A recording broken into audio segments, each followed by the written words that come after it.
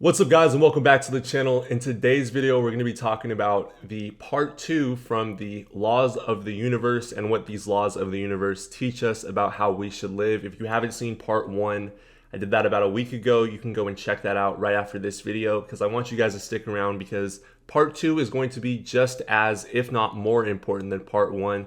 And these are in no order of importance, so whatever part you watch first, it doesn't matter because these can all be applied to your life starting today so that you can live a happier, more productive, and prosperous, more peaceful life. So with no further ado, in today's video, we're going to be talking about law number 5 through law number 7 and how we can use these laws to our advantage in this lifetime. Law number 5, nature provides for us examples on how we can live the most effectively in this life. So what do I mean by this? Well, I'm a beach guy, so I like going to the beach a lot. And one thing that I'm sure all of you guys have noticed, especially if you've been to the beach, is that as surely as the tide rolls out and comes towards the sand, it also retracts. It has ebbs and flows of both pushing out and returning back to the sea. And this is sort of like how life is. And that provides an example for me that, life is going to be a steady, constant back and forth of you're going to go through ups and downs the same way that the tide goes out and it comes back. Another demonstration of this perfect example that nature constantly shows us is the 4 seasons that we have. You have spring, you have summer, then you have fall, then you have winter. And these never change. They're constant and they're in that cycle no matter what. You're never going to go from spring all the way to winter instantly. There's always going to be a fall in between there. And that sort of ties into how we live our lives as well. If you look at it from that standpoint, you can think of when you're coming up with an idea or a concept or a new routine or a goal that you have in mind. That's sort of like your spring. You have that spring in your step. That's that new idea. You get that burst of energy to really go hard. Let's say you're working out at the gym. So you're going to go work out at the gym 5 days a week. That's your spring that you have. And when you hit summer, you're in full stride. You're effectively going at it. You're building on muscle. You can see the gains. You can see the results. You've built in this routine. You're consistently going and you're seeing the progress being made. So you're in full stride. You're hot as can be because you're heated up just like summer. But eventually, sometimes this happens, you fall, right? You go into that stage where it begins to get more difficult to stick to that goal or that plan that you had. And slowly but surely, you begin to stumble a little bit and going to the gym becomes less frequent. You miss one day, that one day turns into 2 days, that 2 day turns into a week. Then next thing you know, you're completely off your gym routine or whatever goal that was, and you're in your winter season effectively. But just as surely as winter arrives and you're in that period of, where it's cold and you're off your track of your goal, eventually what comes back around is spring. You're going to find your idea, you're going to find your goal, you're going to find your purpose. Once again, be motivated, really want to go after it, and go back to the gym. And then the cycle just continues. That's just a part of life. Just like I talked about the ebb and the flow of the tide coming in and out, the seasons plays an effective role and an example of teaching us how life is as well. Another excellent example that nature provides for us on how we can live more effectively is the plant life cycle. So obviously a plant doesn't just start out a plant. It's going to start as a seed underneath the soil. So it's going to be hidden out of plain surface view sight from whoever's watching the soil. So at first, if you're just looking out at a garden, there could be millions of seeds underneath the soil, but you wouldn't know, right? So over time, what happens is that seed, it takes in the nutrients from the soil, the sunlight, the water, all of these different things that it needs in order to build. And it takes those in and it uses it to eventually burst through the surface and keeps growing from that point forward. And now that it's visible and it's above the surface, then people that are watching the soil begin to realize like, oh my God, like this whole time, this seed was growing underneath the ground and look at what it's turned into. But you didn't see all of the effort and the hard work that was put in behind closed doors, essentially, or underneath the surface. And this ties once again into your goals and your purpose and what you want to do with your life, because a lot of times it's just going to be you motivating yourself for the most part. If you have a goal in mind, a lot of people that don't think the same way or don't think it's possible aren't going to really motivate you and encourage you. So that has to come from within, just like the seed takes the nutrients from within the ground, and it's just the seed down there and covered in darkness, has no idea there's a sun above it, but it knows that it needs to keep climbing, keep reaching for higher heights, and eventually it'll break through and become a strong plant. So it's sort of like the same thing when it comes to you reaching at higher heights towards your purpose. You got to keep going at it day after day, grabbing the resources you need, working with what you have around you. The seed doesn't look for anything external from it really. It takes what it can from around it that it already has, and it uses it to its full potential. That's sort of like, let's say you don't have a gym membership, but your goal is to put on 20 pounds of muscle by the summer. Well, instead of looking at that as a disadvantage, what you can do is use what you have around you, just like this seed uses the soil and the water and the elements around it in order to grow. So you can start doing dips on maybe a chair that you have in the house. You could do push-ups, you could do sit-ups in your house, you could work with your own body weight, you could do calisthenics, all these different things that you have around you that you can make of a resource and be resourceful and use it towards your purpose. It's the same exact thing as the seed example in the plant life cycle.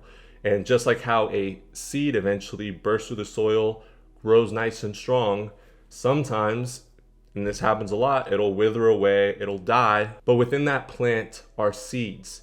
So just because the plant dies doesn't mean like all the seeds die. So obviously the seeds that fall after the plant itself appears to be dead can once again reproduce because it has the DNA of growth still in it from growing previously to regrow and rebirth that same exact plant. That's like you knowing once you accomplish, let's say, starting your own business, or I don't know, going to the gym and getting that physique that you want. Let's say you lose both of those things. You have the DNA within you, you have the mindset, you know what it takes in order to replicate and duplicate that exact same physique, that exact same business strategy, maybe in a different field, or whatever it is. You can implement those same strategies that you used to get there in the past, now that you're down and out, to rebirth yourself and create the better version of what you used to be. It's the same exact thing. And I think this is a perfect example of how nature provides that for us. And the next example I have for you guys about how nature provides a perfect example on how we should live effectively is that after sunlight, after daytime, once the sun's in the sky and it's feeling nice and warm, nighttime and the moon is always going to come out. It's always going to follow. That's never changed in the thousands, perhaps millions of years that we've been around. And it never will change. And that provides, once again, an example of how just because you might be at your lowest point right now doesn't mean you're always going to be at that lowest point. There's always going to be light at the end of the tunnel, and there's always going to be hills where you're very high on life, you're feeling great, you're maybe starting a new goal and everything's going well, you got the physique you want, everything in life is perfect, the money's coming in. And then there's going to be valleys where, you know, things aren't going as well as you'd like. Maybe a family member's sick, maybe you're losing some friends, maybe you don't feel as healthy. All these different things, you're tempted by different distractions around you and you're giving into them. That's equivalent, in my opinion, to the sun and the moon. There's always going to be positive and negative in life, but it just depends on how you view them and what you do with that information. So if you get too attached to the positive, when the negative comes, the negative is going to hit you even harder. So don't get it too attached to being too positive or too negative. You just always want to stay neutral. Universal law number 6, for every action, there is an equal and opposite reaction. And the example I love to use for this is, let's say you take a stone and you throw it into a calm pond. What's going to happen is obviously it's going to ripple. And wherever that stone lands, it's going to cause a small ripple, which eventually travels out farther and farther into that pond, creating larger and larger rings or ripples around it. This is equivalent to, let's say you're starting a new exercise or you want to go back to the gym. So you begin to exercise weekly on a set routine. Now, slowly but surely, and at first you might not see the results, you might just be really sore and hating it. But over time, by you working out, exercising consistently, going on jogs, watching your diet, that's going to ripple effect not only in how your body looks and the muscles that you build, your lung capacity, how you feel throughout the day. It's going to impact your mental health, your mental well-being, which essentially act as an equal and opposite reaction of you initially forming that positive exercise habit that you implemented. Just that small change can have a huge ripple impact and effect on your entire overall mood and your results for that entire year, perhaps for decades long, and essentially affect your personality, the job opportunities you have. The ripple effects are great when you implement a positive change in your life because you carry yourself different, you feel better, you feel more confident, and in return, people feel that energy. They feel you moving towards more of a positive space, and in return, people want to be towards that. They want to gravitate and be also in a positive shift. So they're going to gravitate towards you and feed off of that. And it's a mutual feeding exchange where you give them positive energy, they give you positive energy, and together we're both motivated towards our purpose.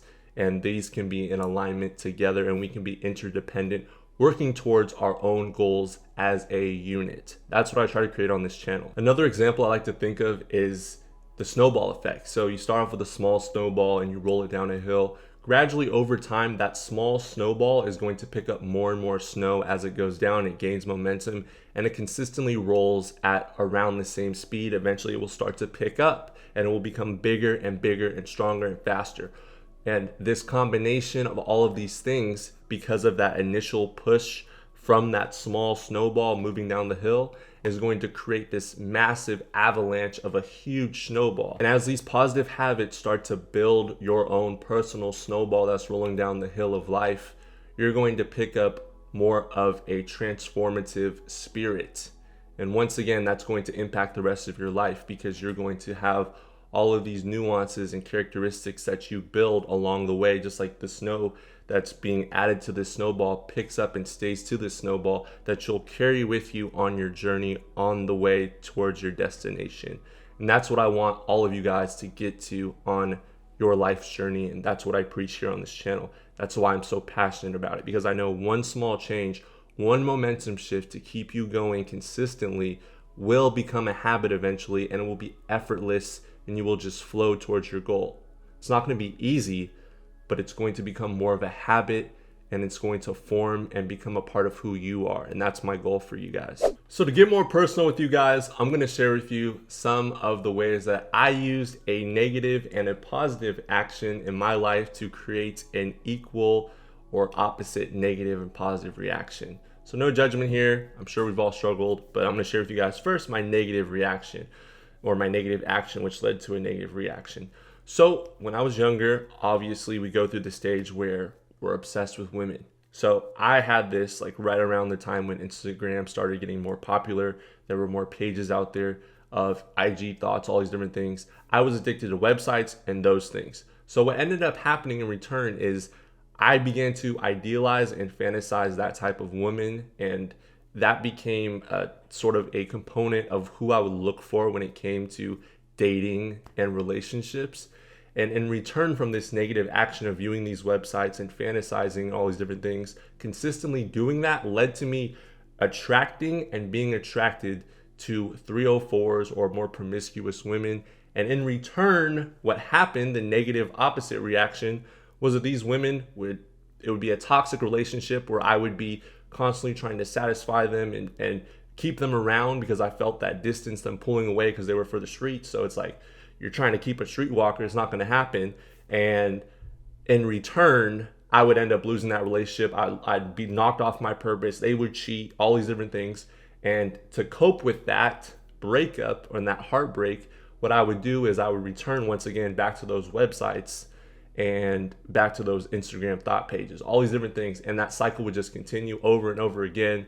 And it was a negative habit that I had formed. And the opposite negative reaction was me getting cheated on, me falling off my purpose, me losing sight of what was important to me, my family, my friends, all these different things, just focusing on keeping this relationship, this streetwalker within the house.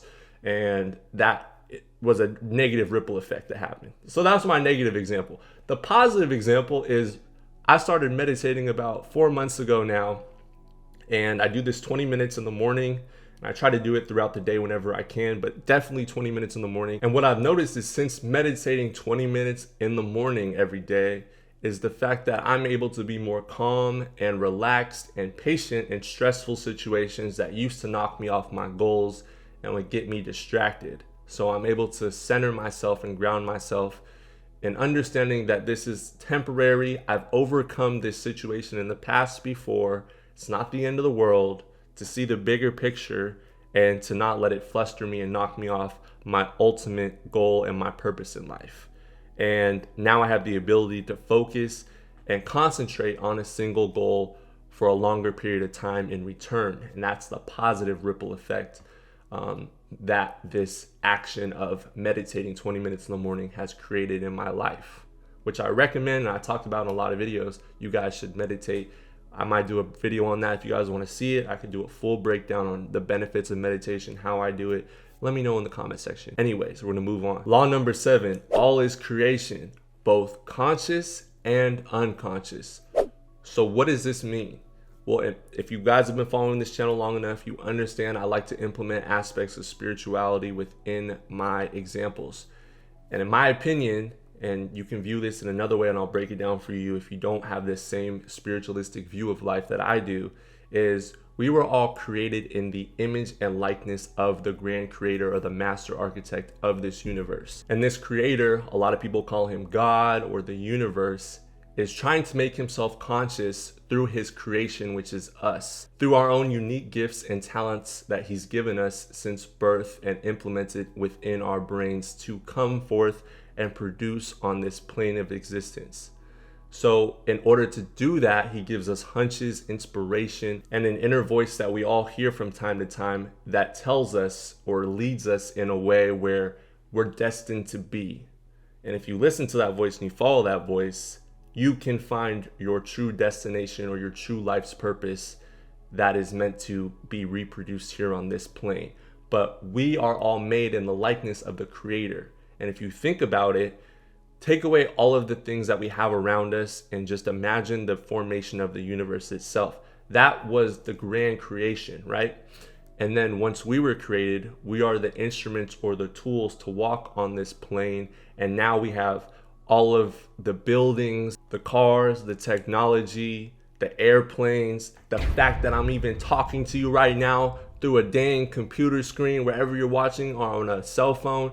That's all crazy. So if you really think about it, all is creation. We're here to manifest or create from the creator's plane. And he's consciously coming through us and using us as instruments to bring forth more creation. But you have to listen to that inner voice and the hunches and really absorb what you want to bring forth here on this plane and not let anything else kind of throw you off or distract you from bringing forth that divine creation that was given to you at birth and that you're meant to express. And if you don't want to view it from a spiritual aspect like I just talked about, you can view it from an evolutionary aspect of we are evolving constantly and we're meant to bring forth maximum evolution of our species and what we're capable of bringing here on our short period of time that we're here on this life. That is for the glory of divine evolution. If you don't want to view it through, more of the spiritualistic God aspect of things,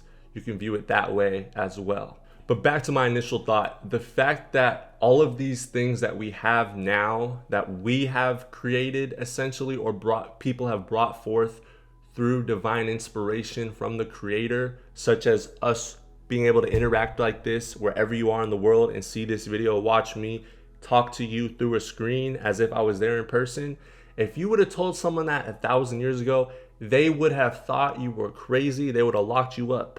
But now that's a possibility, and we do it all the time without even thinking about how insane that would be 1,000 years ago, 500 years ago, to hear someone saying that you can communicate with someone thousands of miles away, and it's almost as if they're in the room with you, experiencing life with you and talking to you there. But things like YouTube or the internet or airplanes or cars, all of these things were created in the mind first. All of the great inventors and the people that brought forth this amazing technology and advancements in human society we're able to tap into the unconscious power or the divine in order to receive the instruction of their purpose and bring it forth for humanity. But these creations, which were all thoughts at first, were brought forth through thought from the unconscious realm or the divine or God and given to man as an expression of the grand creator. And if you don't believe in that, once again, for divine evolution, for humanity's evolvement as a species. So there you have it, guys. Those are the 7 laws of the universe. Let me know if you guys learned anything from this video. I know I learn every time I make videos like this. I love producing content that's life affirming, that can help you guys reach your goals and self-actualize into you're the best version of yourself, who you're meant to be. If you guys enjoy content like this and you want to see more and you want to stick around, hit that like button so more people get this video. And then I want you guys to hit that subscribe button to stick around. Hit that bell notification so you don't miss any more uploads. And I'll see you guys next week. Have a blessed rest of your day. Peace. I'm gone. Have a good one.